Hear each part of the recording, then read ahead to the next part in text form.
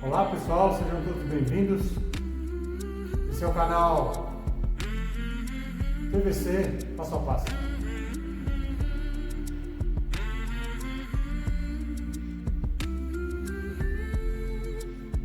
E hoje estou trazendo um projeto legal, bacana, já começa dando tapa no dedão, que merece like, está muito esperado. Está todo mundo atrás desse projeto, já faz um tempo já que já está pedindo. Então vamos deixar de enrolação e vem ver como ficou o passo a passo.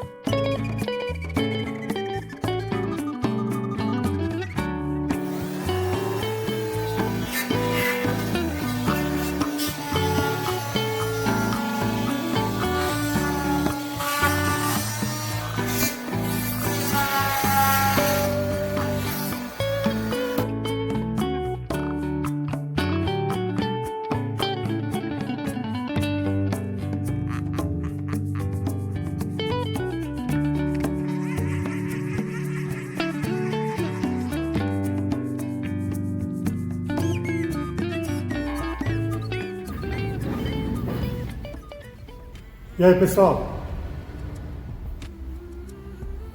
Valeu um tapa no dedão aí?